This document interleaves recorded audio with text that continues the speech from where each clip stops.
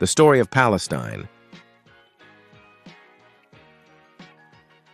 This myth-like narrative begins with the Jewish kingdoms on the land of Palestine that fell apart, and the Temple of Solomon was destroyed.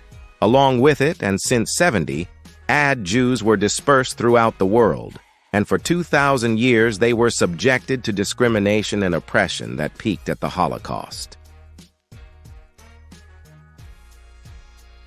According to Israel's fictional narrative, one day after announcing their state, 7 Arab armies decided to unite and attack this newborn state to exterminate the Jews, Egypt, Jordan, Syria, Lebanon, Iraq, and forces from Palestine. When I tell you that the Palestinian Arabs left their lands to allow these 7 armies to exterminate the Jews, believe me when I tell you that Israel did its best in every way to convince the Palestinians to return to their homes, their lands. But they refused and preferred to live as refugees. This is a story that tries to convince me that there are people who refuse to return to their lands. It is difficult to believe that, but they know how to tell the story. This fear of violence faced by many European Jewish communities, especially in Russia and Poland, led to the emergence of the name pogrom, which is a Russian word meaning the killing and burning of Jews and their policies.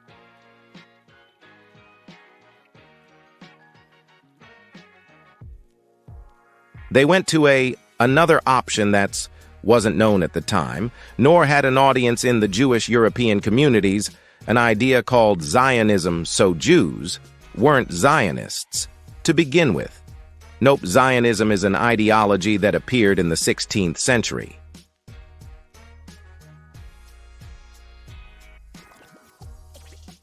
Remember the thing about the self-hating Jew, Zionism gets shaky when a Jewish criticizes it.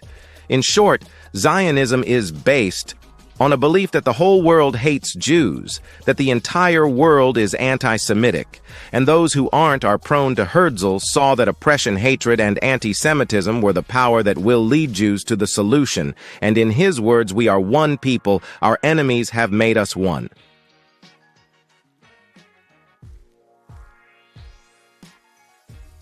Discrimination against Jews. With discrimination against everything, this is not Jewish, so the solution is for Jews to live in a state of their own.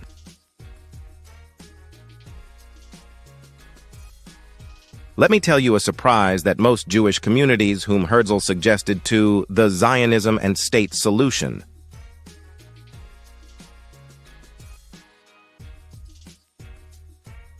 The first Zionist Congress was originally scheduled to be held in Munich, but it is interesting to note that German Jews opposed it so strongly that many leaders saw Zionism as a challenge to the divine destiny of the Jews in the diaspora.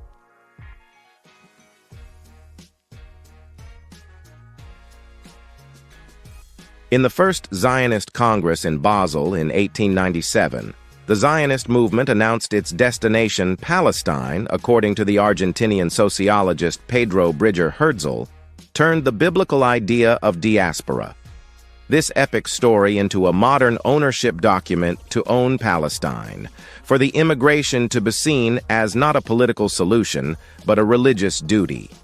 That's when the mix-up started between Zionism and Judaism. That's what created the fallacy that Judaism equals Zionism, and that anti-Zionism is the same as anti-Judaism. Third myth, land without people. A land without people is the most famous Zionist idea.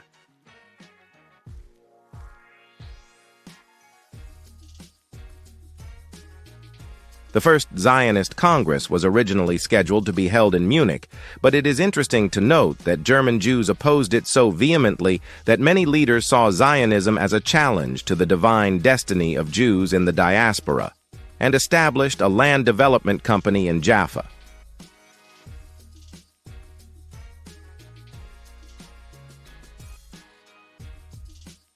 This company's goal was to purchase land in an organized manner from Palestinians. But according to the American professor Walter Lynn, in a farming society like this, landlords refused to give up their land for money because it was the basis of their lives and livelihood, especially the deal condition expelling Arab farmers from the land to make it land without people. So we can get our people. That's why the Zionists will only succeed in purchasing lands from so-called people who own many lands but don't live there, like one of the Lebanese families living in Europe, who, in 1910, sold 200 kilometers in Marj ibn Amer to Jewish entities. What the Zionists did since the beginning and continued doing with every land they took was to refuse Palestinian workers on the land you're not there to work. Remember, a land without people. So this means all workers have to be Jewish, to the point where Marj ibn Amer is an area that witnessed the displacement of 60,000 Palestinians and was replaced by immigrant Jews. Although this strategy wasn't so clear at the beginning, it aroused concern with some Palestinians. It started appearing in some newspapers like Al-Carmel, issued in 1909, that publicly warned against the Jewish settlement movement. But the immigration continued before World War. In 1914, years after the immigration of European Jews to Palestine, their number didn't exceed 50,000. While the Palestinians were 500 days. Like I told you in the Zionist belief, if the Jews are a minority, anywhere they'll be oppressed, it escape from being a minority in Europe to be a minority in a new land. The British cabinet titled The Future of Palestine, where says that the idea of establishing a state for Jews in Palestine is perfect, but it can't be done. What's a national state for Jews? Does it mean that Europe's Jews would live in Palestine, which is under the British mandate? Or does it mean establishing an actual Jewish state with only a Jewish population and ruled by them?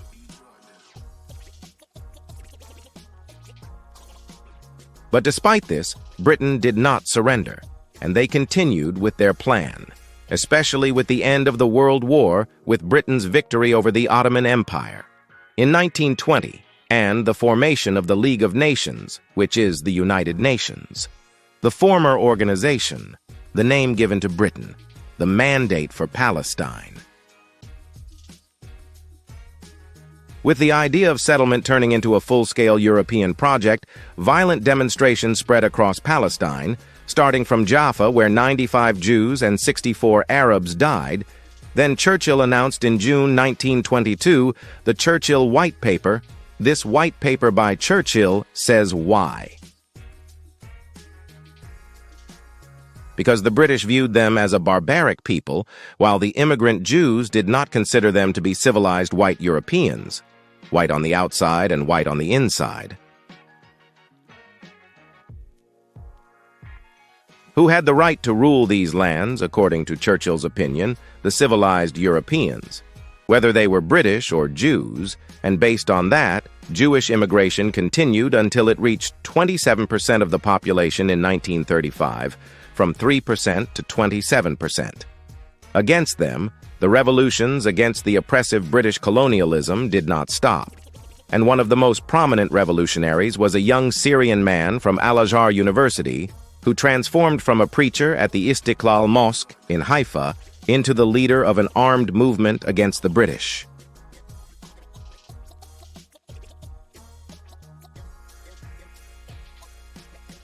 Britain gave the Jewish settlers everything, my friend.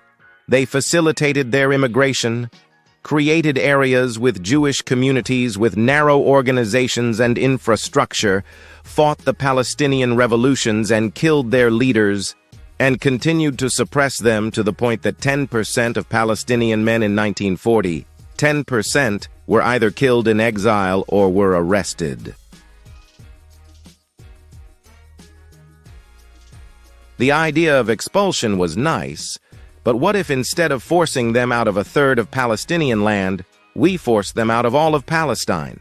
Later, the director of the Jewish agency, Joseph Weitz, said you should listen.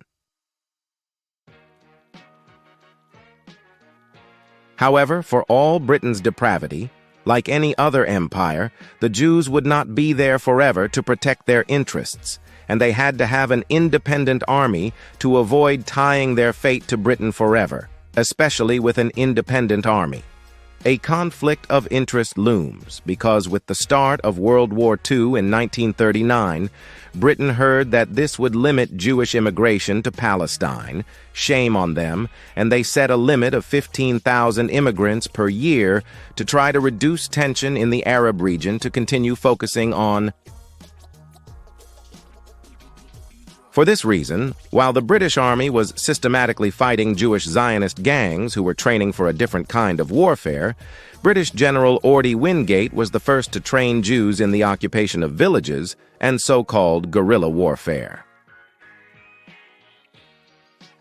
Britain was indeed an ally, but the war was hindering their interests in Palestine. Imagine they limited the number of Jewish immigrants. That's when the Zionist gangs blew up one side of the ship and sacrificed 240 Jewish passengers to force British authorities to let the remaining 1560 Jewish passengers in. Someone will ask, so they blew up the ship and murdered some of the people they want to bring in to force Britain to. Let the rest in, my dear viewer. Let me tell you that negotiation took place between Stern and the Nazis, who went and met in Lebanon to form an alliance. Viviane Forrester says that all of Europe was in crisis during the war, to the point that each country reduced the number of Jewish refugees displaced to it and created what she called the Hitler trap. Here that European countries refused to give refuge to the Jews outright, leaving them to the Holocaust. Then a ship named Exodus would arrive in Palestine carrying 4,500 Holocaust survivors who wanted to enter Palestine, but the British refused to let them. Paradoxes are over, but no, the British forces of 75,000 soldiers in Palestine at the time won't take any action against the Zionist gangs they arrested, over 300 Palestinians, on charges of carrying a weapon, guys. Again, I'm not the one saying that's the fifth myth. David and Goliath, the United Nations issued Partition Resolution 181, dividing it into 6 regions, 3 Arab regions, and 3 Jewish ones with Jerusalem under international supervision. 56% of the land would go to the Jewish country. Most of the land would go to the Jews, even though the Palestinian population was double that of the Jews in 1947. Palestinian populations 1,200,000, and the Jewish population was 6,000. Palestinians legally owned and noted 94% of the land and 80% of the agricultural land. One in the world could have imagined that a national liberation movement in Palestine would share the land with its settlers. However, remember that the main goal of Zionism was for the Jews to not live with others that differ from them. And remember that the Zionist dream grew from a country in a part of Palestine to the entirety of Palestine when General Darcy was asked about the land situation. The British built the Zionists, a country, and left according to the Zionist narrative. Crisis of the Palestinian refugees was caused by Arab armies.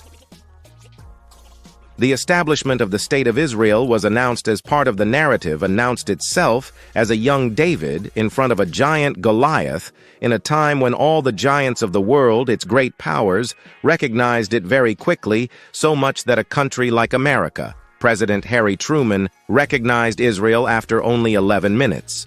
The very next day, on May 15, 1948, Arab armies would announce going to war, and the New York Times published a headline of Jews in grave danger in all Muslim lands. One day after it was announced, one of the biggest newspapers published such a title, and while the headline implies the Jewish minority facing a huge tide of Muslims, if we look a bit closer, we would find that the entire 7 Arab armies were very small in number. In August 1948, after the defeat of the Arab armies and the expulsion of hundreds of thousands of Palestinian refugees to surrounding countries. The right of return, the UN granted to the Palestinians in 1949, as you know, was never implemented.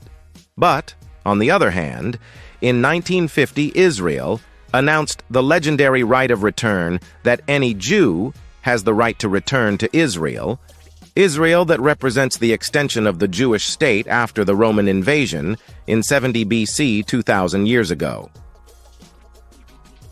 There's a Palestinian refugee in Jordan standing on the side of the river, looking at Palestine's land on the other side, his and his grandparents' land, but can't cross the river to it. The Zionist forces didn't just take over 55% of the land according to the partition resolution. The morality of the IDF lives on an eternal fallacy, because they didn't come to a land without people but to a land with 13 million Palestinians there, but they weren't humans in the eyes of the Israeli army. Last myth, the only democracy in the Middle East. In 1948, Ben-Gurion, the immigrant who spent his youth in Poland, said that not only did he achieve the dream, but he's also its founder, how the Jews named him.